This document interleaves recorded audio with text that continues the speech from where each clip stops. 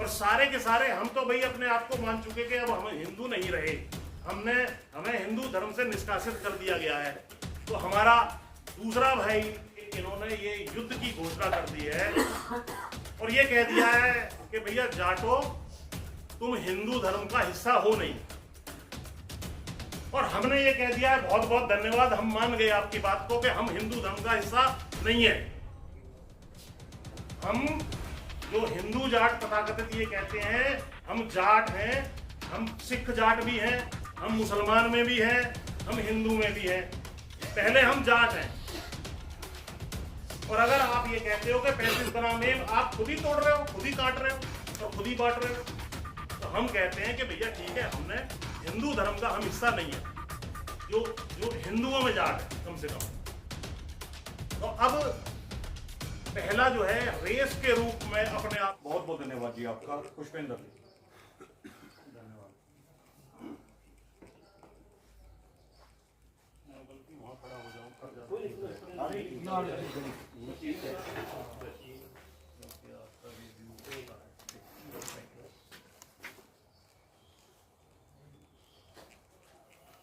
आज की इस पंचायत के आदरणीय अध्यक्ष महोदय और तमाम जो सरदारी यहाँ एकत्रित हुई है, एक नारा जो छुप के गली मोहल्लों में देख के कि कहीं कोई आसपास मुसलमान तो नहीं है, बच के दिया जाता था, बटोगे तो कटोगे। इस नारे को आज की तारीख में खुले आम मुख्यमंत्री से लेकर के प्रधानमंत्री से लेकर के और आरएसएस का सारा तंत्र जो है दे रहा है। पहले इस नारे को समझ लो और इस नारे में से जो मतलब निकल रहा है उसे पहले अपने ऊपर अप्लाई करो। सबसे ज्यादा अटैक हिंदुस्तान में जो हो रहा है मुसलमानों के ऊपर। पहले मुसलमानों को अलग थलग किया गया, यानी उन्हें बांट के समाज से काटने का प्रपंच रचा गया, षड्यंत्र रचा गया। दूसरे नंबर पे सिख भाइयों पे अटैक हुआ, उनको भी समाज से, मुसलमानों को तो पाकिस्तानी कह करके और पंजाब के हमारे सिख भाइयों को खालिस्तानी कह करके अटैक चालू हुआ। और अब नंबर आ गया है जो किसान बिरादरियों के अग्रज हैं और किसान बिरादरियों में जो मजबूती से लड़ाई खेती किसानी की लड़ सकते हैं, और साफ तौर पे कहूं तो जाटों का। और उनके साथ साथ जो भी बिरादरियां रहती है, क्योंकि अगर जाट के हित आपने समाप्त कर दिए या उनके ऊपर कुठाराघात कर दिया तो आप समझ लीजिए बाकी जो उनके साथ साथ बिरादरियां चलती है वो भी खत्म। इसके अलावा चौथा एक और वर्ग है, दलित वर्ग। दलित वर्ग का जो सुप्रीम कोर्ट से आदेश आया कि इनका उपवर्गीकरण कर दिया जाए, ये भी बहुत बड़ा अटैक है। ये भी जो है उन्हें बांट के काटने की साजिश है। हरियाणा में घोषित कर दिया, जिस दिन चुनाव घोषित हुआ था कर दिया, उस दिन जो है इन्होंने कहा भाई हम तो जो है दो ग्रुप इसमें डीएससी का, दलित जो है डिप्राइव्ड शेड्यूल कास्ट का, और जो मजबूत जातियां हैं उनका अलग अलग बनाते हैं। वो दोनों आपस में लड़ गए तो उनकी ताकत को आधा आधा करके एक दूसरे से लड़ाने में ताकत शून्य हो जाती है। तो 100 आदमी एक तरफ को रस्सी खींच रहे हो, 50 को उधर भेज दो, 50 को इधर भेज दो, तो ताकत शून्य, रस्सी कहीं नहीं जाएगी, वही रहेगी। उनको न्यूट्रलाइज करने का काम किया।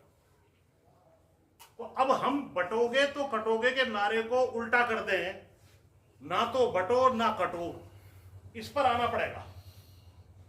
पहले अपना जो है ये समझ लो, जो डीएनए की बात आई और जो एकता की बात आई, मेरा काम थोड़ा सा आप लोगों ने आसान कर दिया। बिल्कुल ठीक कहा आपने। पहले तो अपने आप को डीएनए के आधार पर आइडेंटिफाई करो कि आप कहां से कहां तक हो, कौन कौन आप हो। उसमें मुख्य रूप से किसान बिरादरियां, और किसान बिरादरियों में सबसे आगे जाट।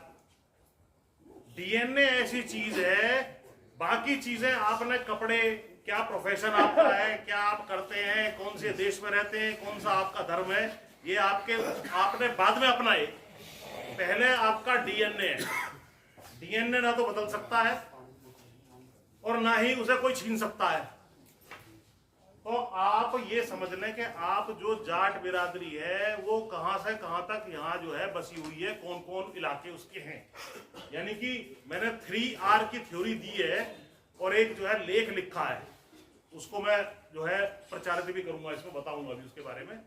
3R में पहली बात यह है कि ये आइडेंटिफाई करें कि पहले स्तर पर जो आपकी रेस है, भाई जाटों का आरक्षण छीनने के दौरान किस प्रकार से उनके ऊपर हमला हुआ, ताकि आपके बच्चे जो है सरकारी नौकरियों में शिक्षा में ना जा सके, आप वहीं ठप हो जाएं और उनका जो है नशे का जो व्यापार है चलता रहे और नशे के माध्यम से हमारी अगली पीढ़ी को समाप्त करने का षड्यंत्र चल रहा है। प्रधानमंत्री ने खुद बुलाया जाटों को, कहा कि भैया आरक्षण मैं दूंगा। क्या आरक्षण मिला? आरक्षण आंदोलन में ये भाई बैठे हैं हमारे मनोज भाई, 4 साल जेल रहे। हमारे 2 दर्जन से ज्यादा युवाओं को डायरेक्ट गोली मार के जो है खत्म कर दिया गया, ताकि हमारे लड़ने का जो जज्बा है, जो क्षमता है, वो मनोबल है, उसको तोड़ दिया जाए। उसके बाद जो लड़ाई आई वो जो है किसान आंदोलन की आई। किसान आंदोलन के माध्यम से जो खेती किसानी हमारा पेशा है, जिसके माध्यम से हम लोग जो है आमदनी का जो जरिया है हमारा, उसको खत्म करने के लिए एमएसपी ना देनी पड़े, किसान आंदोलन और जमीनों पे हमारे कब्जा करने के लिए 3 कृषि कानून हमारे ऊपर लादे गए। उन कानूनों के खिलाफ लड़ाई लड़ी गई और तीनों धर्मों के, हिंदू मुस्लिम सिख, सारे के सारे एकजुट होकर के जो हम लड़े, तो जो इतने बड़े तानाशाह जिसके पास सारी ताकत है, चाहे 13 ही महीने क्यों ना लगे हो, उसको झुकना पड़ा और उसने वापस किए। लेकिन एमएसपी आज तक नहीं दी। आज भी हमारे भाई जो पंजाब से चले हुए थे, उसके साथ हरियाणा के किसान भी यहाँ खनौरी बॉर्डर पर, शंभू बॉर्डर पर बैठे हुए हैं और 13 फरवरी से बैठे हुए हैं 2024 से, आज तक उनकी कोई सुनवाई नहीं हो रही है। इसी प्रकार से आपके खिलाफ जो है एक अग्निवीर योजना लाई गई, जिसके माध्यम से आपका एक रास्ता जो फौज में जाने का था, देश सेवा का था, उसको रोका जाए। आपकी पहलवान बेटियां मुख्य रूप से जाटों की थी, वो इस कहने में मुझे कोई वो नहीं है। एक व्यक्ति सिस्टमेटिक तरीके से यौन शोषण कर रहा है और उसको सारा संघ परिवार जो है, भाजपा सरकारें, तमाम जो ये लोग हैं संघ के ताकतें, उसको सपोर्ट कर रही हैं और न्याय उनके साथ नहीं होने दे रही, और आज तक भी उनके साथ न्याय नहीं हुआ। वो मेडल भी जीत जाती, ये भी मैं आपको बता रहा हूं, लेकिन उसके खिलाफ वहां भी षड्यंत्र करने से ये बाज नहीं आए और उसके को मेडल उसका छीनने से बहुत खुश होते रहे। तो ये तमाम षड्यंत्र जो आपके ऊपर हो रहे हैं, और अंतिम षड्यंत्र और सबसे बड़ा षड्यंत्र आपकी राजनीतिक ताकत को खत्म करने का, 35 बनाम 1, जाट नॉन जाट, किसी टेलीविजन चैनल को खोल कर देख लो, जाट नॉन जाट।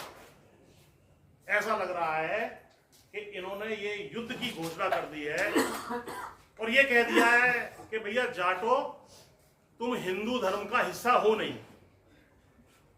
और हमने ये कह दिया है, बहुत बहुत धन्यवाद, हम मान गए आपकी बात को कि हम हिंदू धर्म का हिस्सा नहीं है। हम जो हिंदू जाट तथाकथित ये कहते हैं हम जाट हैं, हम सिख जाट भी हैं, हम मुसलमान में भी हैं, हम हिंदू में भी हैं, पहले हम जाट हैं। और अगर आप ये कहते हो कि 35 बनाम 1 आप खुद ही तोड़ रहे हो, खुद ही काट रहे हो और खुद ही बांट रहे हो, तो हम कहते हैं कि भैया ठीक है, हमने हिंदू धर्म का हम हिस्सा नहीं है, जो हिंदुओं में जाट है कम से कम। तो अब पहला जो है, रेस के रूप में अपने आप को एकजुट करो कि हम एक अलग नस्ल है, हमारा डीएनए एक है, चाहे किसी धर्म में वो। दूसरा है आर रीजियन। हमारा रीजियन कहां से है? हमारा रीजियन पाकिस्तान के पंजाब से लेकर के गंगा तक है और जम्मू से लेकर के राजस्थान तक है, राजस्थान के दक्षिण में 2-3 जिलों छोड़ करके, ये आपका रीजियन है। इस रीजियन में आपके पुरखे तब से बसे हुए हैं जब ये रीजन के टुकड़े, ये पाकिस्तान होगा, ये हिंदुस्तान होगा, ये पंजाब होगा, ये हरियाणा होगा, राजस्थान, पश्चिम यूपी होगा, ये किसने बनाए? ये किसी पॉलिटिकल व्यक्ति ने बनाए, पॉलिटिकल ताकतों ने बनाए, और आपको काटने छाटने का जो है ये षड्यंत्र था। तो आपको जो है 2 देशों में विभाजित किया गया और यहां पर अनेकों प्रदेशों में विभाजित किया गया। जाट आज की तारीख में हिंदू में भी है, मुसलमान में भी है, सिख में भी है और बिश्नोई जाट भी है। लगभग 70-80-90% वहां भी जो है जाट ही है। तो ये जो षड्यंत्र आपको 2 देशों, 3-4 धर्मों और 12-13 प्रदेशों में पाकिस्तान समेत किया गया है, ये तमाम लकीरों को मिटाने का वक्त आ गया है, क्योंकि इसके आगे जो बटने वाला है वो आपका सर्वनाश होना है, नस्ल बीज नाश होना है आपका। तो आप सब लोगों को इस सारे इलाके को एकजुट करते हुए आप इस इलाके का कुछ नाम रखो। ये छोटी लड़ाई नहीं है, इस लड़ाई को आप जाटलैंड कह के रख लो या कोई और आपको नाम समझ में आए वो समझो, और अपने साथ बाकी तमाम लोगों को लेकर के चलो जो भी खेतीहर जातियां हैं। और सारे के सारे हम तो भाई अपने आप को मान चुके कि अब हम हिंदू नहीं रहे, हमें हिंदू धर्म से निष्कासित कर दिया गया है। तो हमारा दूसरा भाई जो जिस धर्म में है वो सिख धर्म है। सिख धर्म के तरफ आपको भारी पलायन संख्या में करना पड़ेगा। आज कर लो और कट के 10 साल बाद कर लो और 50 साल बाद कर लो या 100 साल बाद कर लो। और अगर पहले भी मेरे पास एक मोबाइल में चिट्ठी है, एक बार नेहरू जी ने चौधरी चरण सिंह उनसे मिलने गए। चौधरी चरण सिंह 58 की बात है, 1958 की। तो नेहरू जी ने किसी बात पे ऐसे चिढ़ाते थे लोग, तो भैया कह दिया था भाई चौधरी साहब आप ज्यादा जाटपना मत दिखाए। तो उन्होंने लंबी चौड़ी चिट्ठी उनको लिखी, उसमें एक सेंटेंस ये भी है कि ये जो तुम जाट कह के हमें तंग करते हो, परेशान करते हो, इसकी वजह से पाकिस्तान में और जो ये पंजाब ज्वाइंट पंजाब था उस वक्त का, 1890 से लेके 1930 के 40 साल के पीरियड के अंदर ही 56% हिंदू जाट सिख बन गया या जो है मुसलमान धर्म में चला गया। ये तुम्हारी वजह से हुआ, किसी तलवार के बलबूते पे नहीं हुआ। और ये जो कंस्पिरेसी चल रही है, ये जो षड्यंत्र चल रहा है, ये रुकने वाले नहीं है। अब गोत्रों में बांटो, अब पार्टियों में बांटो, अब ये यूपी का जाट, ये हरियाणा का जाट, ये दिल्ली का जाट, ये पंजाब के सिख जाट, ये राजस्थान के जाट, इसमें बांटो, इनको जो एक दूसरे से भिड़ाओ। और इस लड़ाई को यहां नहीं, अब अंतरराष्ट्रीय स्तर पर लड़ो। कनाडा में भी भिड़ा दो, कनाडा में भी हमारे कुछ लोगों को बहकार करके, युवाओं को बहकार करके इस लड़ाई में लगा दो, जबकि वो जमीन बेच करके, गहने गिरवी रख के, उधार लेके, ब्याज पर पैसे उठा करके वहां गए। उनको भी इस बात को जो है मजबूती से समझना होगा कि भाई आप लोगों को वहां लड़ने के लिए भेजा जो नहीं गया है, आपको वहां पढ़ने के लिए भेजा गया है, अपना करियर बनाने के लिए भेजा गया है। आपको इनका जो है बंदूक नहीं, जो है कंधा नहीं देना है, ना बंदूक देनी है। इन पर कंधा भी नहीं है, इन पर बंदूक भी नहीं है, केवल उकसाते हैं आपको। और आप जाकर के जो आपके सच्चे साथी हैं, जो आपके भाई हैं, जो आपका खून है, जो आपके हर सुख दुख में खड़े हुए हैं, अगर जाटों पे कोई मुसीबत आए तो सबसे पहले ट्रैक्टर ट्रॉलियां कौन जोड़ेगा? भाई सिख भाई आएंगे या ये आ जाएंगे हमें बचाने के लिए? संगी तो कहेंगे इनको जितना काटना बांटना है, आपस में लड़ाना, ये करते रहो, तुम्हारी सत्ता कायम रहेगी। तीसरी बार भी सरकार बना गए तुम्हारे सामने, कुछ कर पाए? क्योंकि तुम आपस में बटे हुए हो। इसलिए ये क्षेत्र की रेखाएं मिटाओ, धर्म की रेखाएं मिटाओ और ब्लड के अनुसार जो है एकजुट हो जाओ। खेती किसानी आपका पेशा है, जवान जो है आपके सैनिक में जो भर्ती होते थे वो भी आपका रास्ता खत्म हो गया है। यानी कि राजनीतिक रूप से, आर्थिक रूप से, सामाजिक रूप से, व्यवसायिक रूप से, खेलों में जो आपका मान सम्मान था, या तमाम कहीं पर भी सरकारी कर्मचारी आप बन जाओ, तमाम रास्तों को रोका जा रहा है। इसको ध्वस्त करने का एक ही तरीका है, और मैं तो उसे कहता हूं, मैंने उस लेख में लिखा है, जाटलैंड द फाइनल सॉल्यूशन। अंतिम विकल्प और अंतिम समाधान जाटलैंड का है।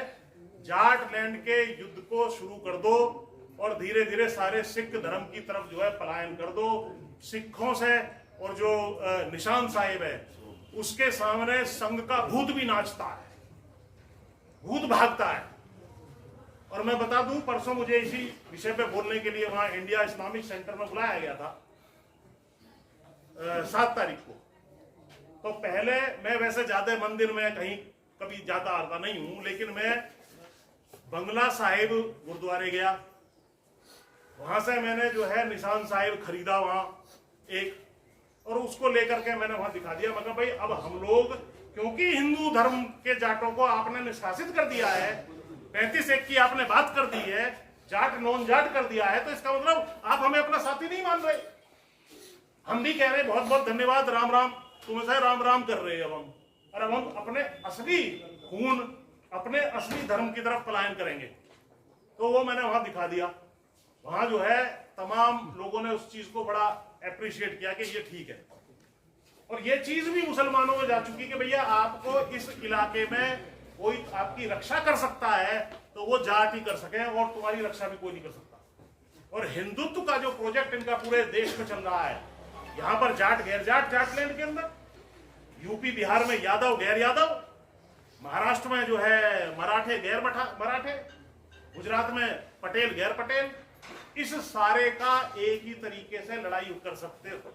इस युद्ध को जीतना है, संघी ताकतों को हराना है, तो हमें निश्चित रूप से जो है एकजुट होकर के रेस के अकॉर्डिंगली, रीजन के अकॉर्डिंगली और रिलीजन के अकॉर्डिंगली तीनों पैमानों पर एक होना पड़ेगा।